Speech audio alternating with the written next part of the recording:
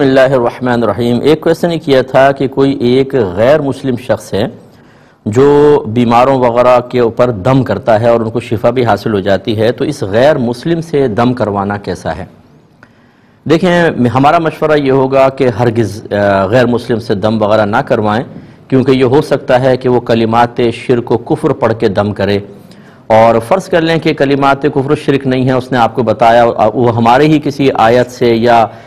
اسماء الہیہ سے کچھ حصہ لے کر اس کا دم کرتا ہے، تو اس صورت میں علاج تو اس سے کروانا جائز ہوگا، لیکن بہرحال اگر شفا ہوگی تو پھر خدا نہ خواستہ ہمارے اعتقاد میں فرق آ سکتا ہے،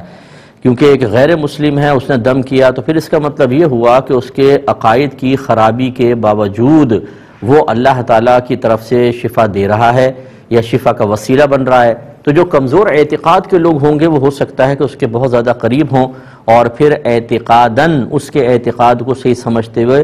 مطلب بگڑ جائیں، اسلامی بنیادی عقائد سے دور ہو جائیں، اس لیے بہت اس میں خطرہ ہے۔ شفا دینے والی ذات اللہ تبارک و تعالی کی ہے، اس کے لیے وسیلہ جائز ہی اختیار کرنا ہوگا، اور ایسے وسائل کے جو ہمیں خطرات میں مبتلا نہ کریں، اور یہاں بہت خطرے ہیں، لہٰذا ہم اس کو بالکل منع کریں گے۔ مسلمانوں سے علاج کروائیں، بہت ہیں، اور یا پھر آپ قرآن و حدیث میں جو چیزیں بیان ہوئیں ان کو از خود استعمال کریں، اللہ تعالیٰ کرم فرمائے گا۔